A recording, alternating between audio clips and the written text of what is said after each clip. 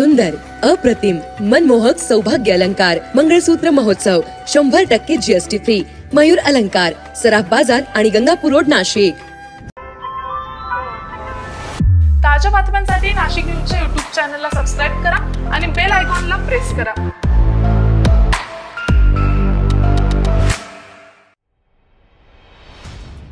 कुंभमेळ्यात भाविकांचा प्रवास सुखकर होण्यासाठी विविध शहरातून नाशिक त्र्यंबकेश्वरकडे येणाऱ्या 9 मार्गाचा विकास केला जाणार आहे.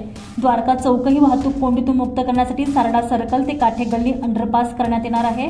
त्यासाठी लवकरच डीपीआर तयार करून निधीही उपलब्ध होणार आहे. नागपूर येथे केंद्रीय रस्ते विकास मंत्री नितीन गडकरी यांनी मुख्यमंत्री देवेंद्र फडणवीस यांच्या उपस्थितीत झालेल्या बैठकीत हा महत्त्वपूर्ण निर्णय घेण्यात आलेला आहे. मुंबई, गुजरात, पुणे, पालघर, अहिल्यानगर, संभाजीनगर, धुळे मार्गे नाशिककडे येणाऱ्या मार्गाशी मिळणाऱ्या रस्त्यांचा विकास केला जाईल.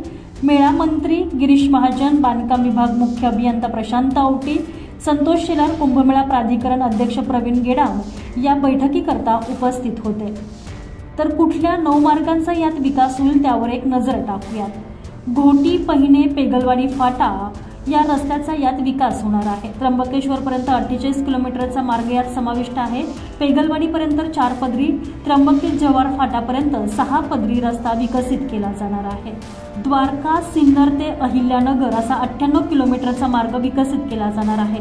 द्वारका ते नांदूर शिंगोटे 6 पदरी आणि नांदूर शिंगोटे ते कोल्हार 4 पदरी रस्ता विकसित केला जाणार आहे. तर नाशिक ते कसारा असा 60 किलोमीटर मार्गाचा यात समावेश आहे. 60 किलोमीटर 4 पदरी मार्ग आता 6 पदरी केला जाणार आहे. तर नाशिक ते धुळे 180 किलोमीटर हा संपूर्ण मार्ग 6 पदरी केला जाणार आहे.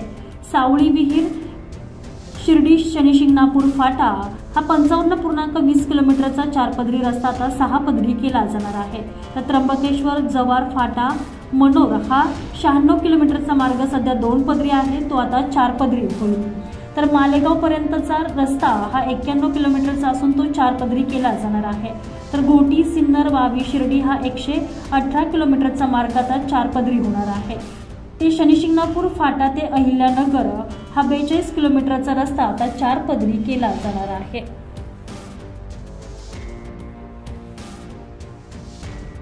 Bureau report, Nashik news, Nashik.